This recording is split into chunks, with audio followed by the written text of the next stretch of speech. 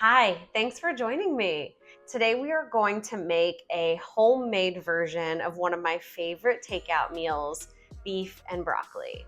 It's really tasty, it's easy, and hopefully something everyone can enjoy. To get started, let's get our ingredients out. Today we are going to need about 1.5 pounds, maybe 2 pounds worth of beef. I actually got mine pre-sliced into stir-fry tips because that makes it a little bit easier.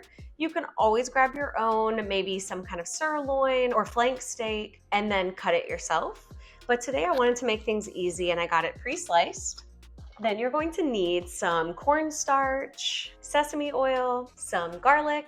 I like to get the pre-minced kind. It makes it easier, but also when you get it in a jar like this, it lasts a really long time. Then we're gonna need some ginger.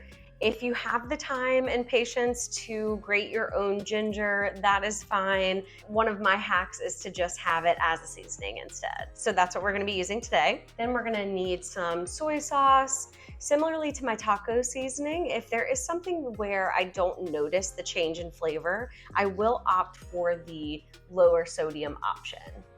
But that's kind of up to you based on your taste preference. We'll also need some brown sugar, light or dark is fine. Then some broccoli. I got whole broccoli because they were on sale at my grocery store. You can also buy bagged florets that will allow you to skip the step of having to chop the broccoli yourself.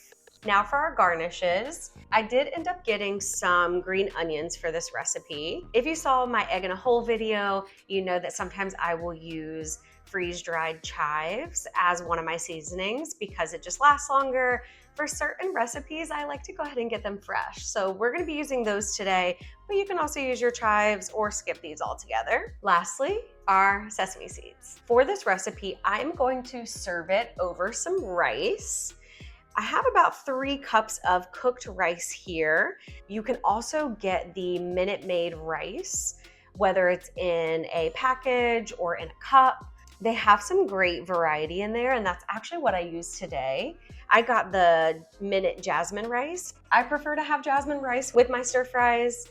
They also had regular white rice and brown rice. So check those out next time you're in your grocery store. It just allows for the cooking time to be that much shorter. I know some folks also prefer the frozen rice, which is a great option because again, it just makes cooking a little bit easier. And I think we could all use a little bit of ease, especially when we're crunched for time or low on energy. Now for our equipment. Today we are going to need 2 mixing bowls. I have a large mixing bowl here for our beef tips, and I have a smaller mixing bowl for our sauce. If you did get the heads of broccoli and you're cutting them yourself, you'll also need a cutting board as well as a medium-sized knife. If you are slicing the beef into small pieces, that is where you will need a second cutting board, one designated for meat products, one designated for produce or fresh products, just to prevent cross-contamination. Now the star of the show. If you have a wok, I highly recommend using this for stir fries. It does make a bit of a difference. So if you have a wok, that's great. If not, you can also just get a deep cooking pan, something that'll fit the beef, the broccoli, and the sauce with enough room to stir it. Let's start by preparing our meat. So have your large mixing bowl nearby. As always, when handling raw meat, you want to make sure all of your ingredients are pushed away so we don't get any bacteria on any of our ingredients. I've also removed any jewelry on my hands or wrists. Pour your beef tips into the large mixing bowl.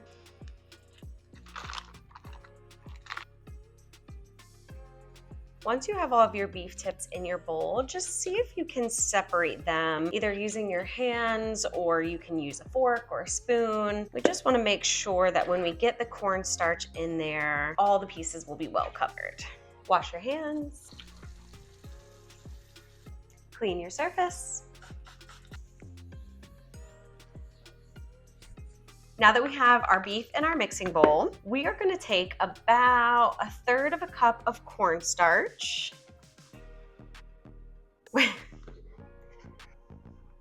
If you're not making a mess, are you really cooking? I'm going to grab a cooking utensil like a wooden spoon or a spatula to mix my beef with the cornstarch. This is also going to be the utensil I will use when cooking the beef.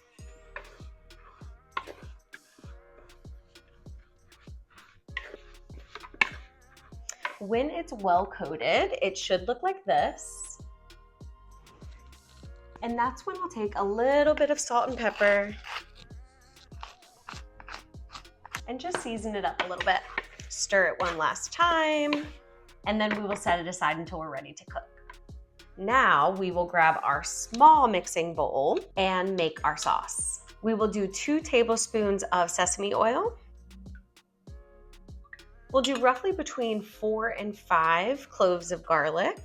So if I had to estimate it here, I would say 1 heaping tablespoon and maybe 1 more. We like garlic in our household, so it never hurts to have a little extra. Then 2 teaspoons of ginger. Being careful with this one, ginger is a little strong. If you've been cooking with me for a while, you know I'm not big on measuring, so as long as you're not putting too much. Roughly 2 teaspoons of ginger. We're gonna start with these as the base of our sauce and add the other ingredients once we start to cook our sauce. I'm gonna use the same spoon that I used for the garlic and just stir those in here.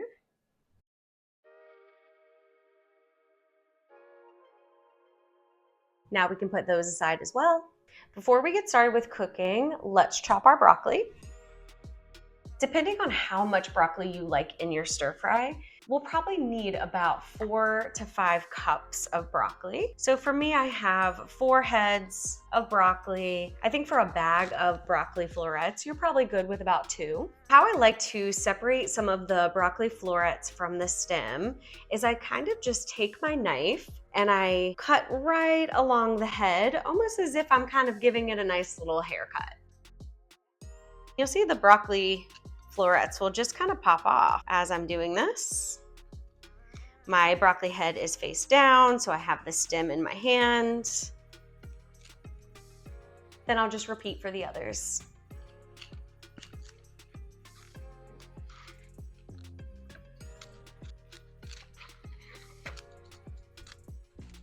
While the broccoli will cook down a little bit as it softens, you can see why we want a deep stir fry pan. It's gonna have to hold all of this. Push this aside and we can begin our cooking.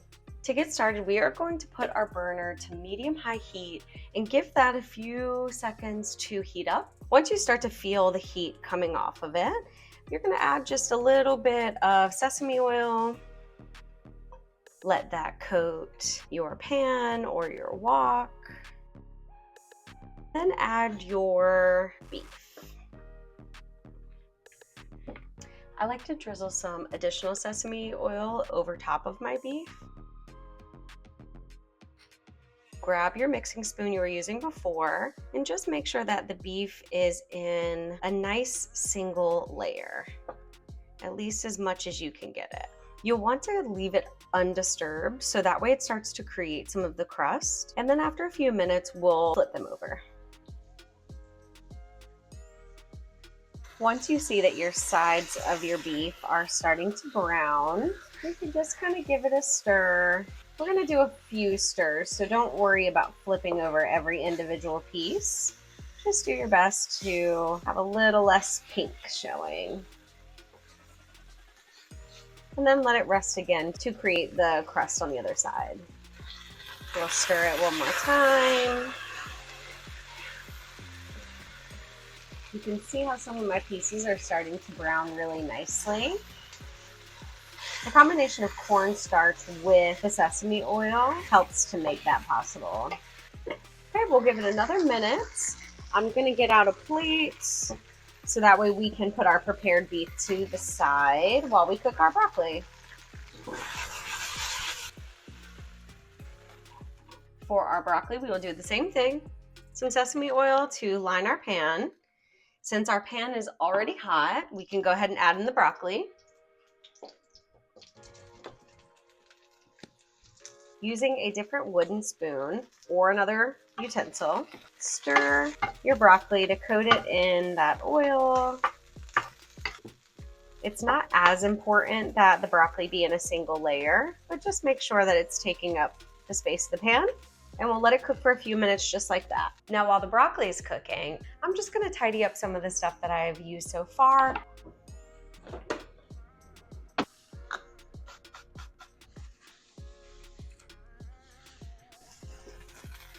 Now we'll stir these again. The broccoli should start to have some nice little browning on it. Don't be afraid to add a little bit more oil to help with the cooking process and to help continue to brown our broccoli. And we'll leave it again.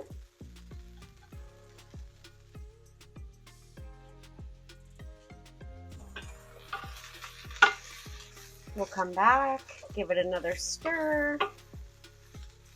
You see that the broccoli is becoming more lively in color as it cooks. Then you'll just continue to cook it until your desired consistency. I like for mine to be just starting to get soft, so there's still that nice fresh crunch to the broccoli. This may take a little longer than the steak.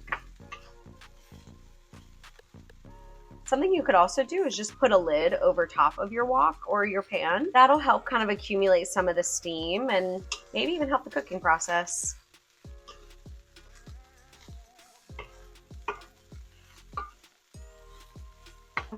Once the broccoli is cooked how you like it, grab another plate and we'll pour this on a plate to set aside.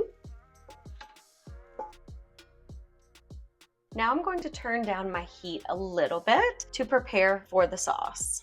So because the sauce cooks quickly, we're gonna wanna make sure we have all of our ingredients nearby, the foundation to our sauce that we made, the brown sugar, and the soy sauce. When you're ready, you will turn your heat down to low,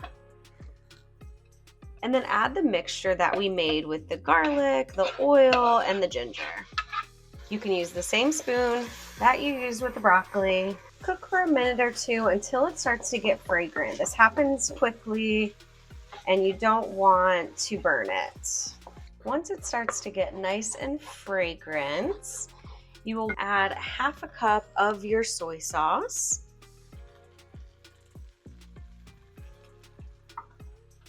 A half a cup of water and a full packed cup of brown sugar. Stir those ingredients until well combined.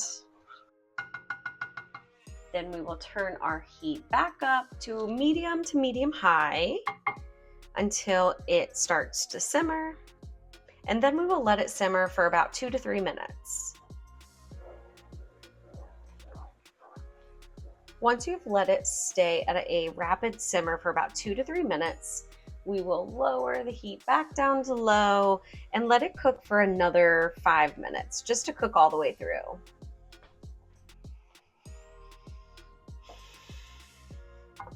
While we wait for the sauce to reduce, I will go ahead and prepare my garnishes. So some sesame seeds. This would be a great time to get out your freeze-dried chives if you're using those, or your green onions, and chop those up with me. I'm gonna take about 3 green onions, place them on my cutting board. I will bunch them together and just go ahead and chop those as thin or as thick as you want them. Depending on your preference, I will go into the whites and chop those as well. I feel like they still bring some good flavor. Something fun about these is that they have the roots attached to the bottom already. So if you were to take the leftovers of these, put them in a small cup or a jar with a little bit of water, it'll grow back after a few weeks. I think that's kind of a fun way to reuse them. So I'll set them aside. You can see that your sauce will start to thicken a little bit. This is exactly what we want. Now, keeping our heat on low, let's add back in our broccoli and stir to coat.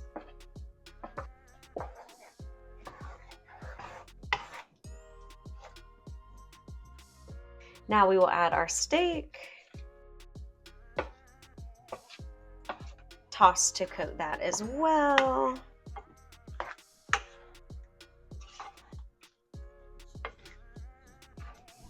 Once your broccoli and steak are mixed pretty well with the sauce, I like to turn my heat back up to medium and just let it sit here and cook in the sauce for a few minutes. This would also be a great time to start to prepare your rice if you haven't already. And then once the rice is ready, you can start to make your plate. All right, I let my sauce cook for another minute or two just to get it nice and thick and well incorporated with the beef and the broccoli. And this is what the final product should look like. If you want to minimize dishes, you can use either utensil, either for the rice or that we use to make the broccoli and the sauce. You can reuse those. I'm, however, going to use a deeper serving spoon like this, so that way I can get a nice round scoop of my rice, put that in my bowl here, just like that. Grab a little more, so it's in my bowl. I'll actually take the back of my spoon and just kind of press it down, so that way there's a nice little divot in my rice to prepare for the beef and broccoli. So we have our scoop here. And I'll give myself a couple of scoops so I can have enough of the beef and enough of that broccoli. Because I'm using this spoon, it is allowing me to grab some of that sauce as well. But whether you're using a serving spoon or a deeper spoon, you can always go back in, move some of the beef and broccoli aside, grab some of that good sauce, and pour that over top your rice.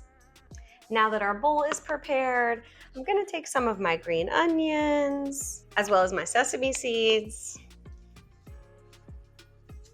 just to garnish on top. There we go. And now for my favorite part, let's see how we did.